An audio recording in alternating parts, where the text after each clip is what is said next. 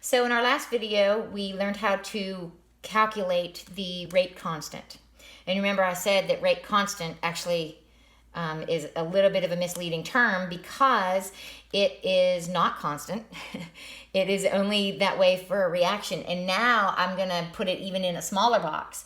So reaction rate is not only specific to a certain reaction with a certain order, but it actually is only that rate for an instant. So it can also be called the instantaneous rate. So if you look at page 461, you look at that graph, you see that along the y-axis you have reaction rate, and along the x-axis you have time. And so when you calculate the rate constant for a reaction, it is for only that point in time. Okay?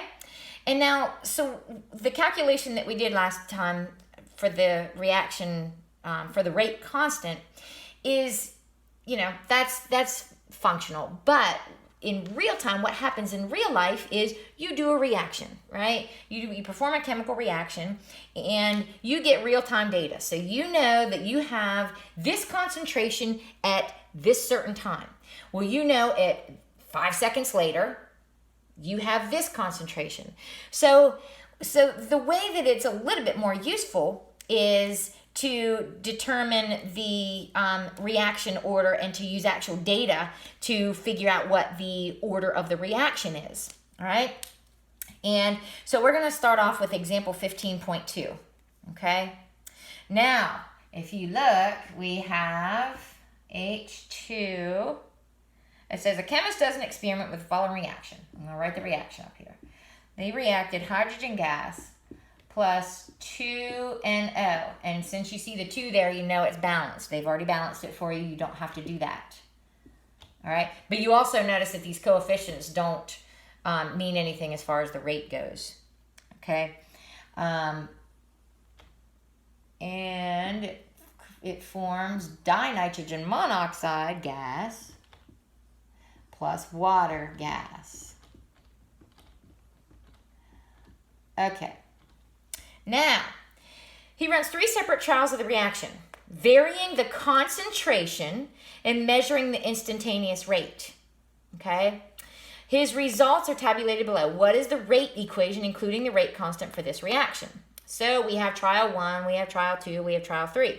So he ran this 3 separate times. He didn't just check this at 3 different places. He ran the same reaction 3 different times with different concentrations. All right? And so we know our rate equation, right? What we're trying to do, if we're trying to determine the order of the reaction, then we're looking for X and Y, right? We want to know what X and Y are. All right, so we know our equation is rate is K times the concentration. Remember, we're only looking at the reactants of H2 to the X power times NO to the Y power, right? Okay, so we have to look at 2 of the trials, okay? And the reason that we need to do that is we need to see, because we have an instantaneous rate, but an instantaneous rate here, if you remember that graph on page 461, the instantaneous rate here is different from the instantaneous rate here, right? And so just knowing the instantaneous rates, we've got to, if he changed the concentration, that is going to change the rate, okay? And so we can figure out the order by using 2 of the trials. So what we need to do first, I'm going to do it the way that they did it. What they did first is they used the 2 trials with the H2 concentrations were the same. So that would be trial 1 and trial 2. All right. So what we're going to do, they say in here, you take the trial, one of the trials, and you divide it by another trial. So what you're really doing here is finding the ratio. All right. So the way that you need to do this is you need to have the larger instantaneous rate in the numerator. All right, so if we're looking at trial 2, our hydrogen concentrations are going to be the same. So these are the two we're going to use. So to know which one goes in the numerator and which one goes in the denominator, you look for the higher instantaneous rate. So we're going to put the trial 2 on the top. So you need to put all of the data for trial 2 on the top of this equation. All right, so we are literally just going to put one over the other. Okay, and so we know the rate, we know the instantaneous rate. We have 0.02972, and remember to put all your units, okay? And so that's for, well, let's just do the whole thing, okay? So on our numerator, so this is actually my fraction line. So in our numerator, we have K. We don't know what K is, right? But we do know the concentration of the hydrogen is it's 0.30. All right. And that is raised to the X power. And then we have the concentration. We're looking at trial 2. So the concentration of NO is actually 0.60. And I just moved my board. That's okay. And that's to the Y power. Okay, so that's all in our numerator, because again, we are doing this as a ratio. Okay, and so now we're looking at the numbers for trial 1. So the instantaneous rate for trial 1 is 0.00243 molar per second. Okay, equals, again, it's K times 0. So in our first one, both of them, the concentrations are 0.30. All right, so again, it's to the X power. And this one's 0.30 molar to the Y power. All right, well, this is algebra, right? And so we have our rate constant. Well, K here is the same as K here. We can cross it out, right? K divided by K, because these are all multiplied. K divided by K cancels out, right? We have 0.30 molar to the X power. We have the same thing up here and down here. We can cross that off, right? And so what that leaves us with, and we have our units here. We have molar per second, molar per second. You literally, because all of these are multiplied, and this is now a division problem, you can cross off anything that's able to be crossed off, okay? You can't cross these Y's off because they have a different base. So we have to keep these Y's. All right. But the reason that we can cross this off and it includes the X's is because the base is the same and the power is the same. All right, so what we're left with is this divided by this, and then it equals just this 0.60 m.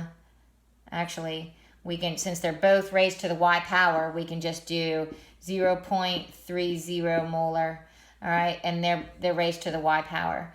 And that equals 4. This over here equals 4.00, okay?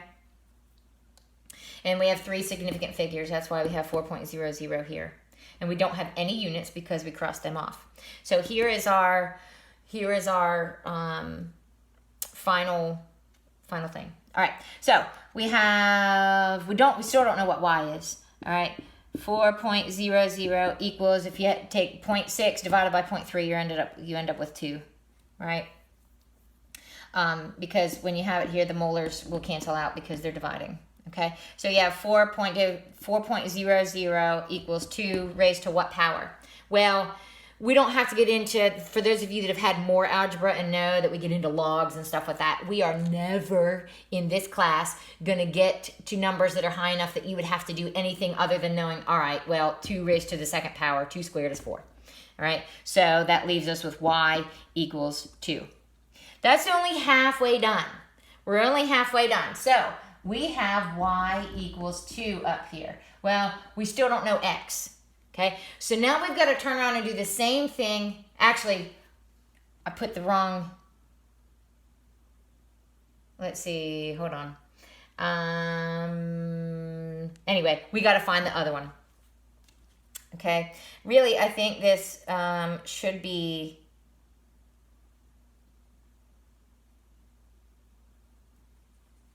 That's Y. We know what Y is. Okay. So Y is 2. Now we need to know what X is. Okay. So we're gonna do the same thing. And now what we need to do, where we made the hydrogens be the same, right? We picked where the concentration of hydrogen are the same. Now we need to go through and do the same thing to the nitrogen monoxide. All right? So we're going to do the same thing. This is going to give us our X value. So right now, we know that this reaction is the second order with respect to nitrogen monoxide. All right? So now we're gonna find the order of the H. So we're looking at,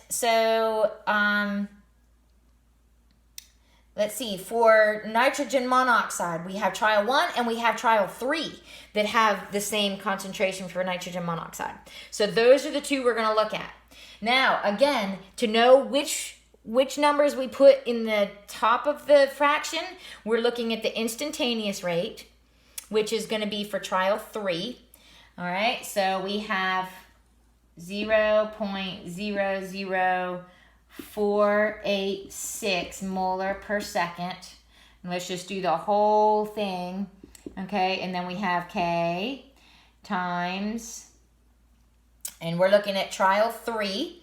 So our concentration of hydrogen in this one is 0.60 molar, okay, raised to the X. All right, and then we will multiply times the 0.30, okay, molar for Y to the Y power. And that's for trial 3, okay? Now we're looking at trial 1, and that's going to be 0.00243 molar per second equals K times, and these are both, for trial 1, both of the concentrations are 0.30.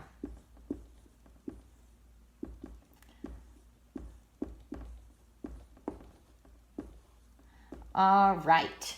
Now let's do our crossing off. We can cross those out. We can cross the K's out. And now this one, we can cross these ones out. So we get rid of that whole thing. All right, so if we divide these, it looks like we have 2, correct? 2.00 equals, and then we have 0.60 molar divided by 0.30 molar, and that's going to be raised to the X power. Well, we know that. So if we have 2, that's going to be 2.6 divided by 0.3. 2 raised to the X power. Well, 2 raised to the first power is going to make 2. So that makes our X equals 1. All right. So our X equals 1. So we have its first order with respect to hydrogen. Its second order with respect to nitrogen monoxide. The overall order would be 2 plus 1. All right. We're just adding the 2 up. Make sure you're seeing that whole thing. So the overall order is going to be 3. And let me turn the page and make sure that that we are done with that. All right. Now, I am going to let you do the second part of this example on your own. And so it says if 2 raised to the X power equals 2, then X... Oh, never mind. Hold on. Let me see what we were supposed to find. We were finding X and Y. What is the rate equation, including the rate constant for this reaction? All right. Well, so now we have the X and the Y. All right. And so we now can fill those in. All right. So I'm leaving my original reaction equation up there. Now we know what X and Y are, right? So this can change. If it's a 1, you don't have to put it. You can, but it's assumed to be 1 if there's no number up there. All right. Okay. Now, the question was, you need to include the rate constant. Okay? So, with this being said, now when we calculate for K, we can use any one of the three trials to use our concentrations to determine what the rate constant is. Okay? Whatever trial we use, we need to make sure that the rate matches the concentration. So let's just use trial 1. All right, so the rate for trial 1 was 0.00243 molar per second equals, we don't know what K is yet. Okay, we have the concentration of hydrogen, which is 0.30 molar. I guess we'll do that. Okay, and that's to the first power. Times, and we have for the nitrogen monoxide, it's also 0.30 molar, but that is raised to the second power. All right.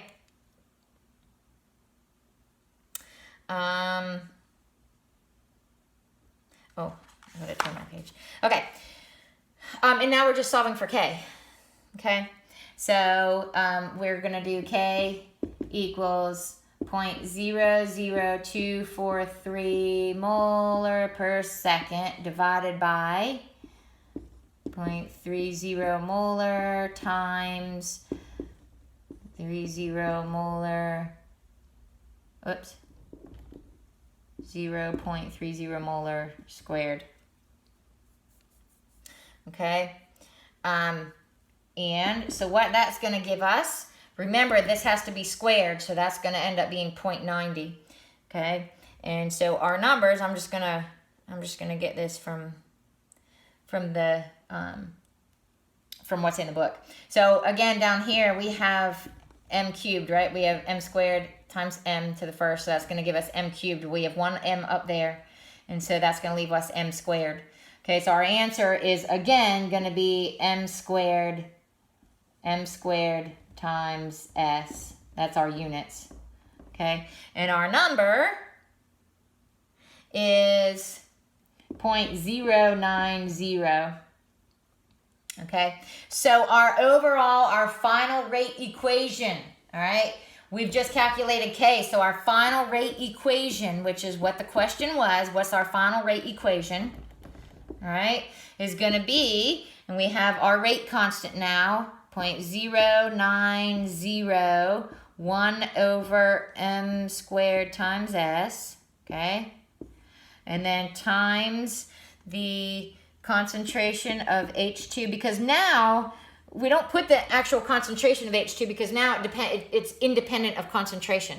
This is our reaction, this is our equation that we that tells us how this reaction is going to happen.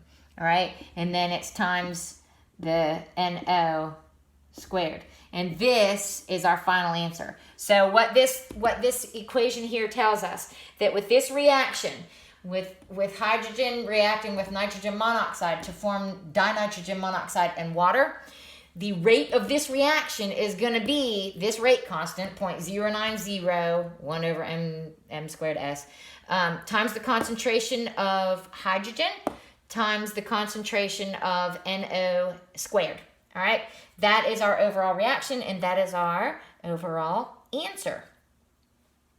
And with that, since that was such a long example, I think I am going to end this video.